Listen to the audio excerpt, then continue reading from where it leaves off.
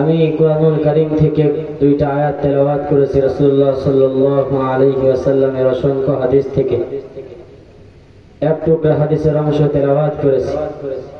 আল্লাহ রাব্বুল আলামিন চাইতো কিঞ্চিত পরিমাণ আলোকপাত করব বিতৌফিকিল মালিকিল আজিজিল আল্লাহ। সম্মানিত হাজিরিন, কুরআনের কথা যে বক্তাই বলুক না কেন, যে বক্তা এখানে বসে কথা বলবে সেই কুরআন এবং হাদিস থেকেই কথা বলবে। কিন্তু আমাদের এই দিকের একটা নীতি হলো প্রধান বক্তা কখন আসবে সেই অপেক্ষায় আমরা বসে থাকি। এজন্য আল্লাহ রাব্বুল আলামিন আমাদের সবাইকে বোঝার তৌফিক দান করুক, আমিন। أعوذ بالله من الشيطان الرجيم. بسم الله الرحمن الرحيم.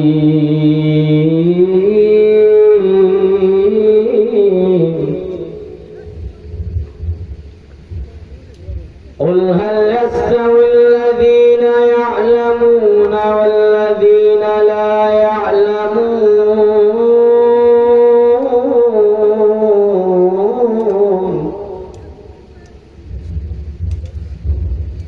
সম্মানিত মুসল্লানে গ্রাম মুআজ্জাজ হাজিরিন, আমি সূরা জুমারের একটু আয়াত আমি তেলাওয়াত করেছি আপনাদের সম্মুখে। আল্লাহ রাব্বুল আলামিন আমাদেরকে আয়াতের দ্বারা জানায়া দেয়,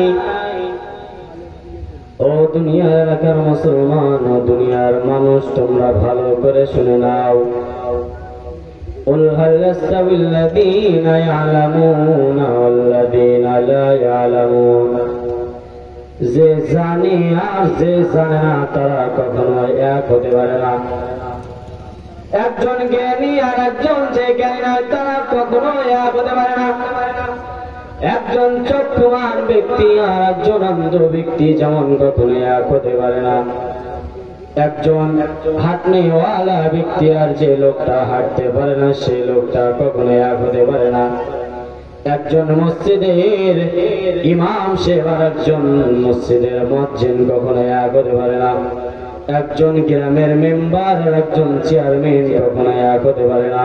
এজন্য আল্লাহ রাব্বুল আলামিন জানে, জায়াত আমার আপনার ভিতরে ছড়িয়ে দিয়ে আমাদের কাছে প্রশ্ন করে, এ ভাই প্যান প্যান করে কাটি। আল্লাহ রাব্বুল আলামিন আমাদেরকে আয়াত দ্বারা বোঝাতে চায়, ও দুনিয়ার এলাকার মুসলমান, ও দুনিয়ার মানুষ, আমি তোমাদের কাছে জানি, আমি আল্লাহ তাআলা আয়াতের অর্থ জানি, আমি আল্লাহ তাআলা আয়াত কি জন্য নাযিল করেছি আমি আল্লাহ তাআলা এটাও জানি। কিন্তু তারপরেও আমি আল্লাহ তাআলা তোমাদের কাছে প্রশ্ন করলাম এই কারণে যে একজন জ্ঞানী ব্যক্তি আর একজন মূর্খ ব্যক্তি কখনো এক হতে পারে না। ও মুসলমান বাবা গো, ও পত্তর অন্তরালের মা গো, বৃদ্ধ বাবাজি, ও যুবক ভাই, এই জন্য আমি তোমার কাছে আজকে এই মাহফিল থেকে প্রশ্ন করে যাইতে চাই। আল্লাহ রাসূল সাল্লাল্লাহু আলাইহি ওয়াসাল্লাম দুনিয়ার ভিতরে কাদের শ্রেষ্ঠ বলে উপাধি দিয়েছে। সময় স্বল্পতার জন্য তোমাদের কাছে বাবা সর্বদা কিছু কথা বলে তোমাদের কাছ থেকে বিদায় নেব।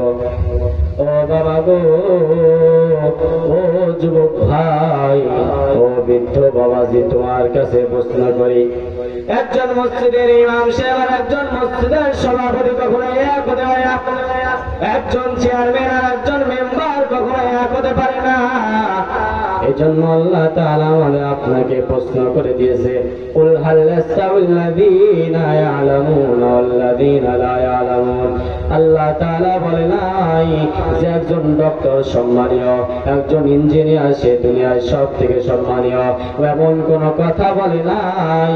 আল্লাহ রাসূল সাল্লাল্লাহু আলাইহি ওয়াসাল্লাম আমাদেরকে বলে, ইন্নাল উলামা ওয়ারাসাতুল আমবিয়া, ওলামা ইকরাম হলো নবীর ওয়ারিস।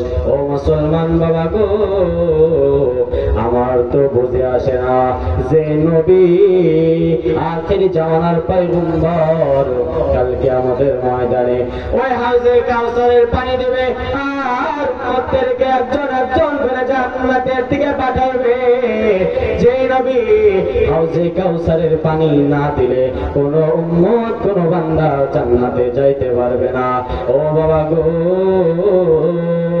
ওই নবীর হাদিস তুমি মানলা না, তুমি মসজিদের ইমাম সাহেবের সাথে খারাপ ব্যবহার করো, মসজিদের ইমাম সাহেবের মসজিদের খতিব সাহেবের সঙ্গে তুমি চোখ রাঙায় কথা বলো। এই অধিকার তোমাকে কে দিয়েছে? যে সম্মান আল্লাহ রাসূল সাল্লাল্লাহু আলাইহি ওয়াসাল্লাম আজ থেকে 1450 বছর আগে হাদিসের দ্বারা আমরা জানতে পেরেছি। ইন্নাল উলামা ওয়ারাসাতুল আম্বিয়া, উলামা ইকরাম হলো নবীর ওয়ারিস। ও মুসলমান বাবা গো, উলামা ইকরামের ছাড়া আর তো কাউকে সম্মান দুনিয়াতে কেউ দিয়ে যায় নাই। বলে নাই যে একজন ইঞ্জিনিয়ার সব থেকে সম্মানীয়, এমন কোন কথা তো বলে নাই। যে একজন ডক্টর দুনিয়ার ভিতরে সব থেকে সম্মানীয় ব্যক্তি, এমন কোন কথা তো বলে নাই। যে একজন সাংবাদিক সব থেকে দুনিয়ার ভিতরে সম্মানীয় ব্যক্তি। ও মুসলমান বাবা গো, আপনার কাছে উদাহরণ দিলে আপনি বুঝতে পারবেন কেমন ডক্টর। ডক্টর কিছু পরিবর্তন হলে ডক্টর কিন্তু টাকা হয়ে যায়। আপনারা উদাহরণ দিলে বুঝতে পারবেন।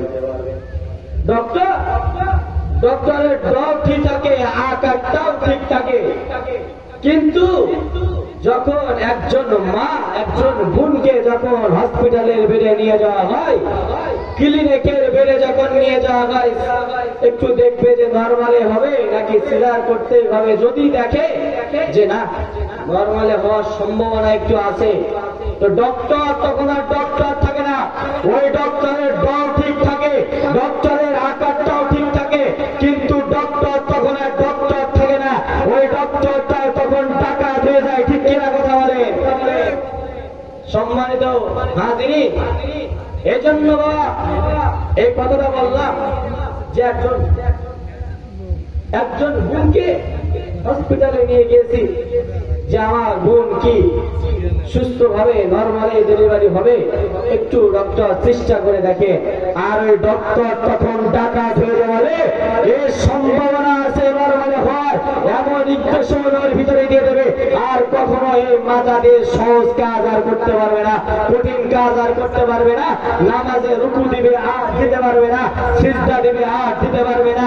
এমন এক ওষুধ এই মাজার ভিতরে দিয়ে দেবে, আল্লাহর ইবাদত আর করতে পারবে না। ওই ডাক্তার